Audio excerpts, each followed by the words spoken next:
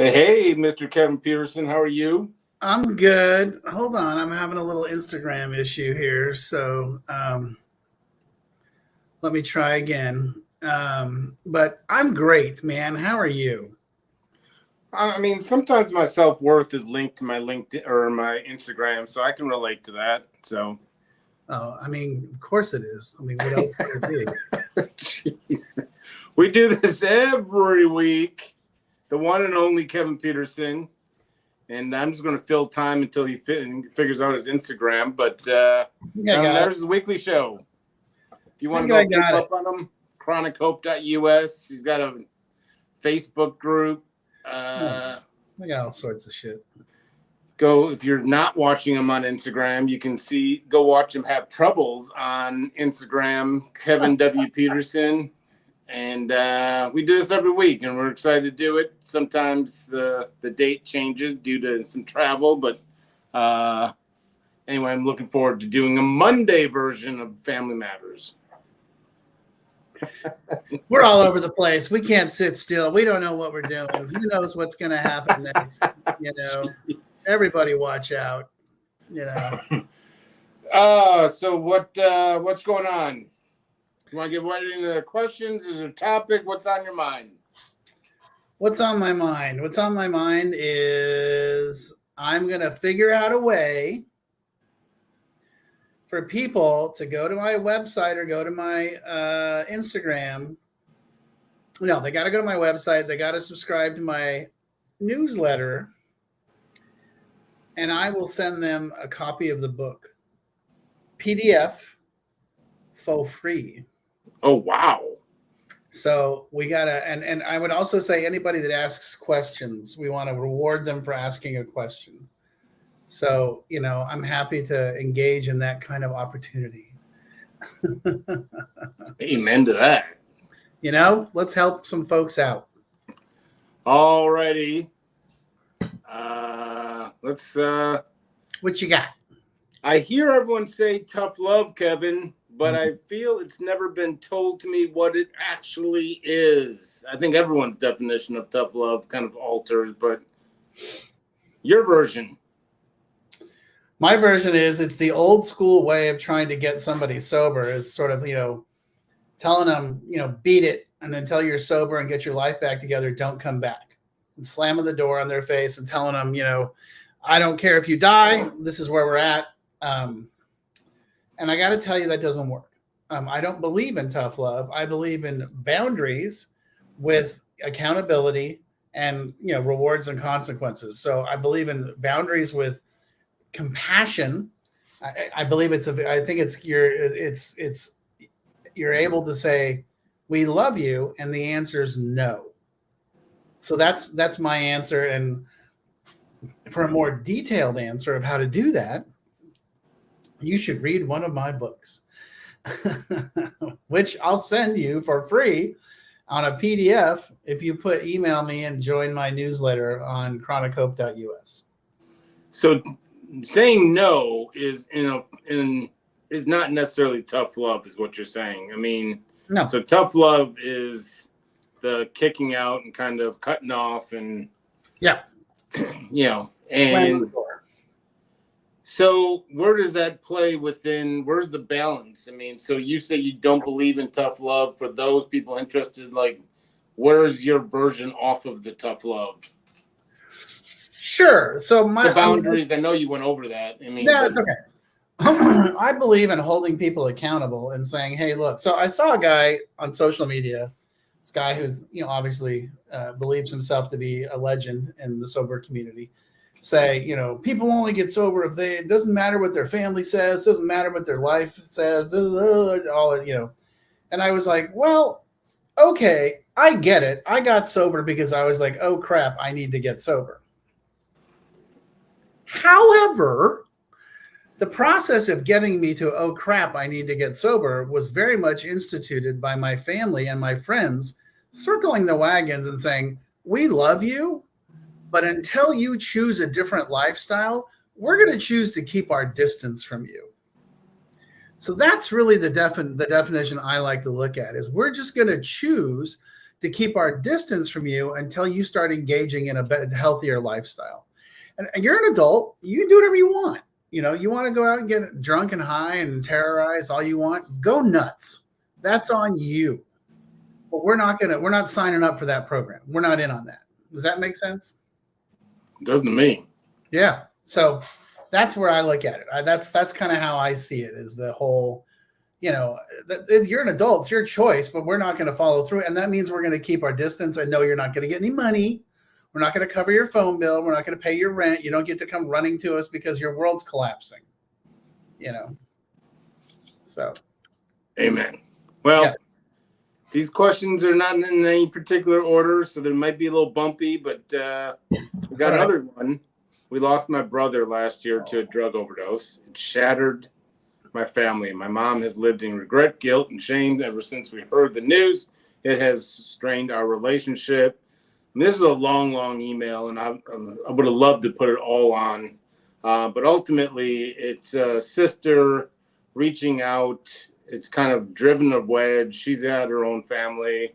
I think the biggest kind of sentence is, it's as if my mom loves less and not more. You'd think that it would go the other way. And when it comes to her grandkids, the daughter's kids, it's just kind of feels like her mom is pushing everyone away. It's a heavy, open, but kind of looking for advice.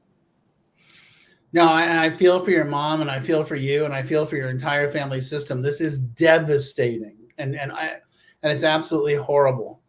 Here's the thing I would say, and this is really critical to understand. Everyone needs to do their own work. So your mom is in a space of what we call grief and loss through trauma. So she needs to seek out some help, and I don't mean, the barista at Starbucks. I mean, she needs to get professional help from someone who's trained in how to process grief and loss through trauma, and hopefully get to a point where she can understand that this is not her fault. She did everything she could do, and that, it's tragic. And I will never make light of anyone dying of an overdose. It is 100% tragic. But the idea that you could have somehow prevented it that's a hard pill for me to swallow, because you don't understand. That means you really don't understand addiction and alcoholism. Alcoholics and addicts are going to use drugs no matter what, and they don't really care about what anybody else thinks or says. And that's the mentality of the alcoholic or the addict. And I get where mom's coming from. It was her child.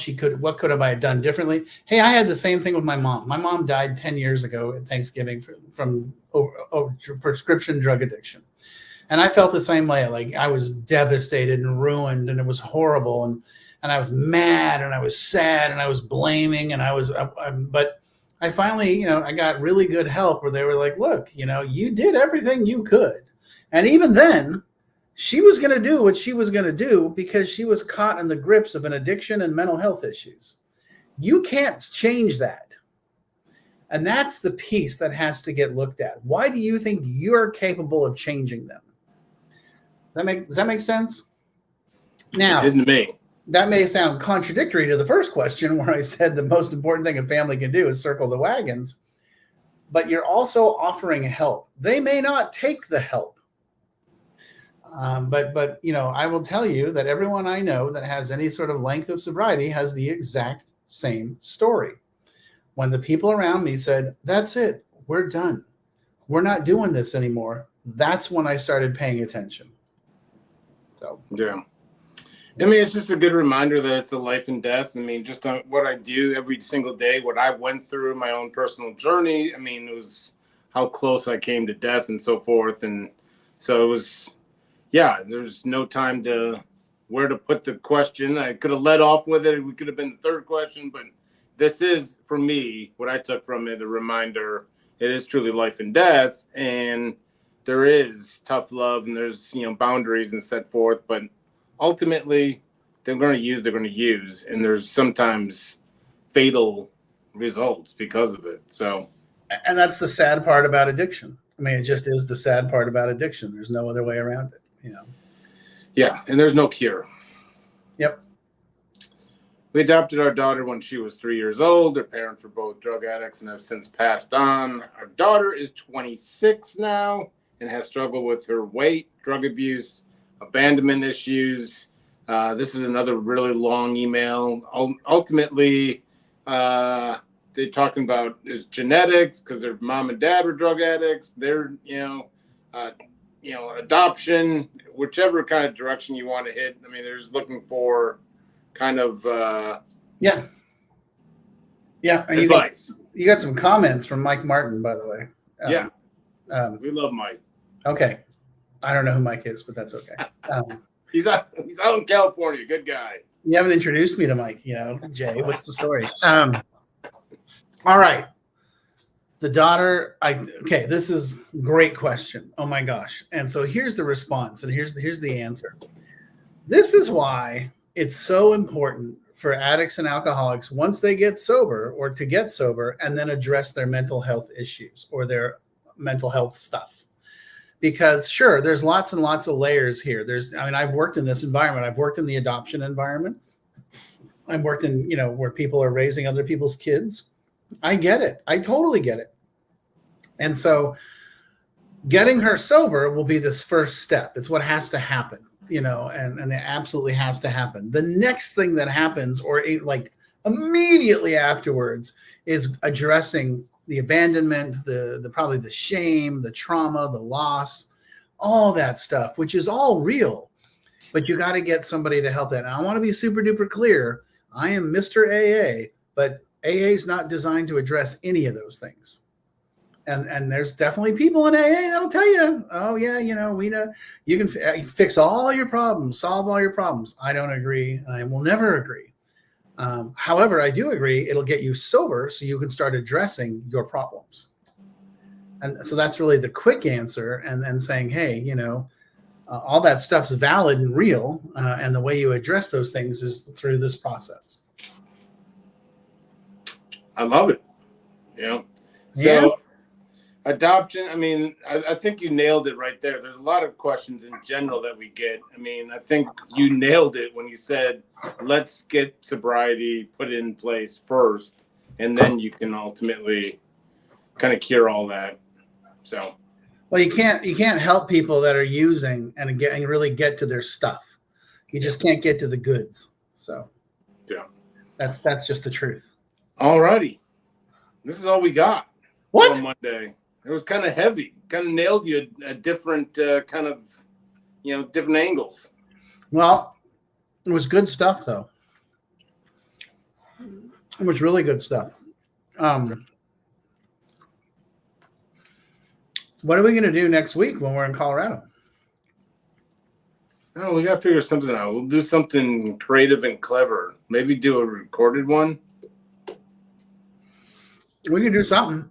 It'll be kind of fun. We'll figure it out, and I'm happy to do a remote, on the scene, podcast. That'd be kind of fun. Look at this Mike Martin guy. Who is this guy? Without sobriety, you cannot have a clear head. I've gone through my own issues with my life. Jay knows that, and it's a struggle every day. He will constantly let people down when you let yourself down. I think he meant you will. Mm-hmm. Yeah, I don't think I'll let him down, but anyway. But Mike, thank you. Keep the comments coming in. If you're seeing this as a replay, don't hesitate to put it in the comments. We'll get to it next week, and we'll figure something out creative, because Kevin and I will be for a few days in the same spot. So, I'm so excited. We got to. Between the two of us, we'll come up with something. If not, we'll film from different hotel rooms. Yeah, we could be like, what was the one Saturday Night Live with Dana Carvey and Mike Myers? Wayne's World. All right, sir. I'll see you. All right, bro.